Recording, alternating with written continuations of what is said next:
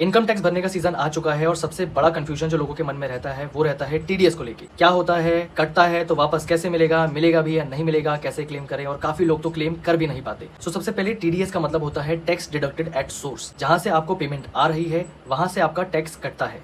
If your payment is exceeding 30,000 rupees, then your TDS will be deducted at the rate of 10% from your total income being credited in your account. For example, आपकी monthly salary 1 lakh rupees है, उसका 10% deduct करके आपका employer 10,000 rupees government को पे करेगा and rest of the amount 90,000 rupees आपके account पे पे करेगा। But they will say that your income is 1 lakh rupees per month. वो 10,000 रुपए गवर्नमेंट के पास मंथली जमा होते जाएंगे as a TDS. And after 31st March when financial year ends, जब इनकम टैक्स फाइल करने का समय आएगा, तो अगर आपकी टोटल इनकम टैक्सेबल लिमिट से नीचे है तो जो भी टीडीएस एम्प्लॉयर के द्वारा काट के गवर्नमेंट को दिया गया होगा और जो गवर्नमेंट के पास डिपॉजिट होता है वो आपके बैंक में सूद समेत वापस आ जाता है। लेकिन अगर आपकी टोटल इनकम टैक्सेबल लिमिट के ऊपर है तो उसमें से जितना भी परसेंट टैक्स कटना होगा वो कट के फिर आपके अकाउंट में आएगा। लेकिन यहाँ पे सबसे बड़ी बात ये है कि लोगों का टीडीएस कटता है लेकिन वो ये नहीं जानते कि उसको क्लेम कैसे करें। क्लेम करने का कोई सेपरेट प्रोसेस नहीं है। Even if you are exempted from taxable limits of income tax returns, आपको इनकम टैक्स फाइल करना मैंडेटरी है और जब आप इनकम टैक्स फाइल करेंगे तभी आप अपने टीडीएस को क्लेम कर सकते हैं। अदरवाइज आपका टीडीएस एक्सॉस्ट हो जाएगा, आप उसको क्लेम नहीं कर पाएंगे। सो इवन इफ आपकी सैलरी 20,000, 25,000, 30,000, 50,000 भी है और अगर आपका टीडीएस कटता है